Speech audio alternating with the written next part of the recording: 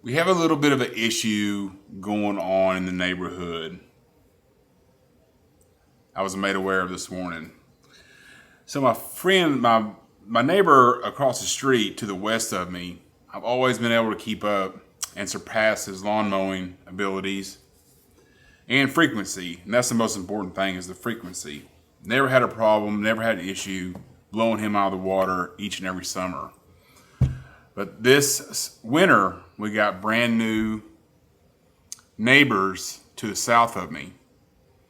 And his lawnmower's been broke for up until today. And I was out messing with the pool this morning at 8 in the morning, and here he comes at 8 in the morning, already mowing his lawn. And I'm afraid that I might have an issue with keeping up with the lawn mowing dominance in my neighborhood. Because now I'm fighting a two-stage front. I'm fighting Tim to the west of me and Ryan to the south of me.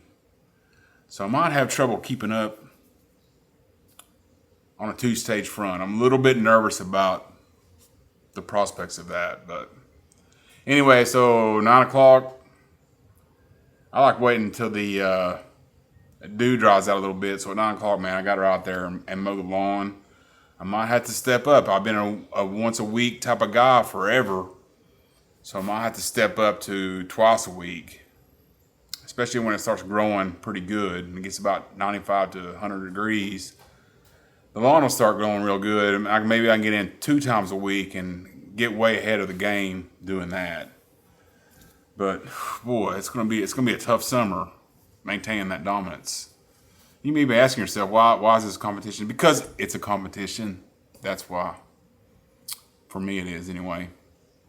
Anyway, out doing a few things today, random stuff.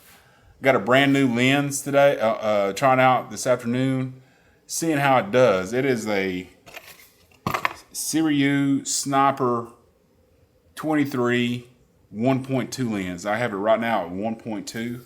And 1.2 should give me, like crazy amount of background back here, blur my background.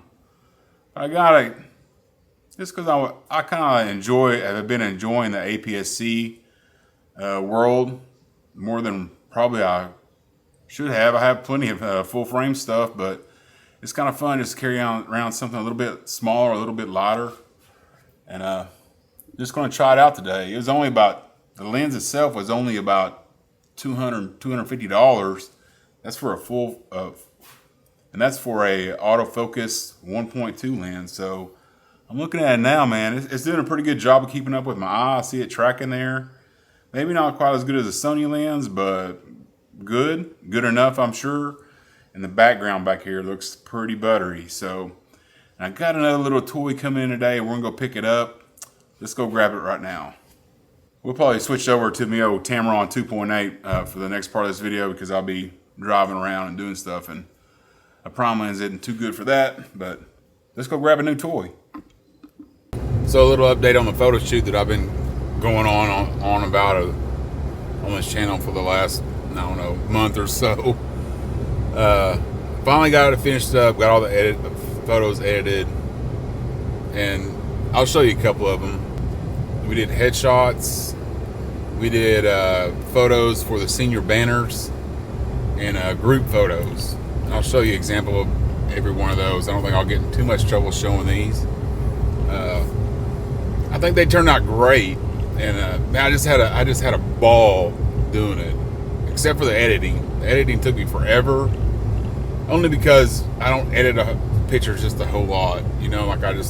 I don't. So it took me a while to get into my groove of exactly how I wanted to edit the photos. Once I got it down and kind of figured out exactly what I wanted in the process I needed to go through to get the pictures where I wanted, everything was smooth sailing after that. But yeah, I think it was great. I had so much fun doing it, and I think the photos all turned out pretty good. There's a couple of them in there that are so-so, but most of them were great. I think the coaches were happy with them. I think the girls were happy with them. And man, it just turned out to be a huge success, I think. Oh, we'll see. Like I say, it was just a great experience for me to. It's a really great learning experience for me. Like, I've never taken on a job quite that big, and extensive. I've shot plenty of photos for people in the past, and it just never was that big a deal.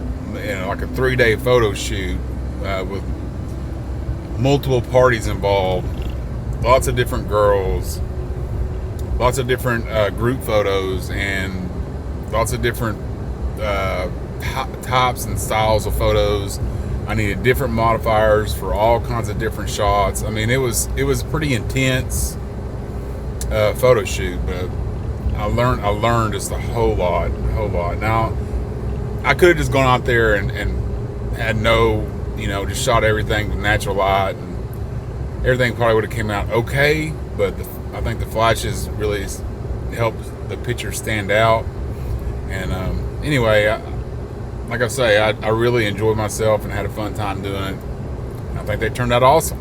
So that's that for that. So that's it for the photo shoot. Hopefully it'll lead to something else later on. Maybe additional shoots. Maybe it won't. I don't know. But either way, yes, I spent a lot of money on all the equipment and so on and so forth. But you really just can't put a price on an experience like that, a learning experience like that. And I think that's primarily the outcome of it. I learned so much. So it was a really fun time. Anyway, on to pick up my toys. So what's the secret camera? What did I pick up today? Well, I picked up the Sony FX30. Why I got that camera, I have no idea. I'm a gearhead. That just put it plain and simple. I was bored and wanted a new camera. I thought to myself, well, I really thought long and hard about buying the G9 II. I really was thinking about buying that camera, but the problem with that is I'd had to buy not only the camera, but a bunch of other, all new lenses too. So I just couldn't spring for it. I just couldn't make myself invest in that camera because I have so many Sony lenses already. It's just a wiser move to get something like the FX30 for me. Is it a better camera? I don't know. It's plenty good. I've had it in the past. It was great. I sold it probably to fund something else, but anyway, I thought it'd be a good time to get back into it because, like I was saying, I'm kind of enjoying APS-C these days. Now, I did think about also buying the ZVE1, but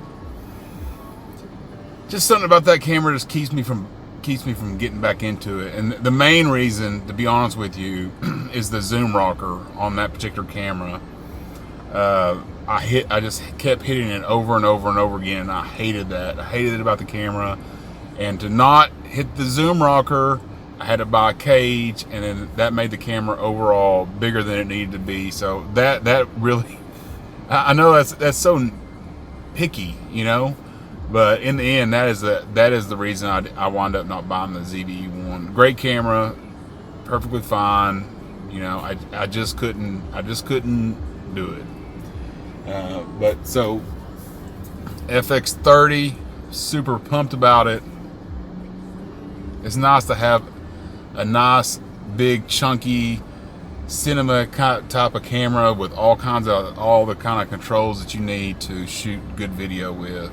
Now, these hybrid cameras, they do a great job of shooting video. It's the same exact sensor that's in this A6700, but it's the controls. You just don't have the controls that you do on this camera here. So super excited to get it back into the lineup, and we'll be shooting some videos with it coming up. Matter of fact, I shoot most of my videos anymore on APS-C, so I think it'll fit good into my lineup, and I'm excited to get it. Also, while I was in Best Buy, I got a new monitor. I really wasn't planning on getting a monitor, but I was kind of looking at them, and there was one that was $500 off. So hey, man, picked it up too. So now I got not only a FX30, I got a new monitor too. So we should be all geared out here for the foreseeable future, hopefully. Anyway, so I got home, opened that monitor up. First of all, it's 30. I have like a 27-inch monitor is what I normally have on my desk at home. So this one's 39 inches. So of course it just looks so massive, just huge. You know, like way too big. Like I sit way too close to it, and it just looks odd. You know, like it's just that big. And the other thing that I didn't notice until I got it home and started kind of looking at the picture is like, it's not 4K. I thought it was 4K. I specifically asked the guy if it was 4K. I don't know. There was a couple of signs up there, you know, like a couple of description signs with the prices and so on and so forth.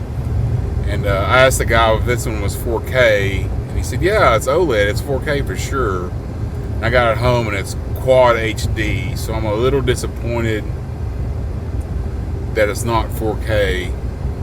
But I don't know how much that's going to make any difference to me. Like I just, you know, edit some photos on it and do some gaming on it and edit some videos on it. I don't know that it makes that much of a difference if it's 4K or not, but it's a little bit disappointing. I could kind of tell like there's a little bit of drop of loss of quality. I mean, I could tell it wasn't 4K. That's why I was checked the box to make sure it was what was going on. I didn't like the image quality. So the question is, do I go through the hassle of packing that whole thing back up and taking it back to Best Buy? I don't know. That would be a huge undertaking, but I think that I may, because one, it's not 4K and I want it 4K, and number two is it is just way too, I mean, it is like ridiculously big just on my desk. So I might pack it up and take it back, but I don't know. Anyway, that's what I got going on today, just a whole bunch of nothing. If you enjoyed the video, make sure you hit that like button and subscribe if you want to see more ridiculous content like this. Thanks for watching, and we'll see you on the next one.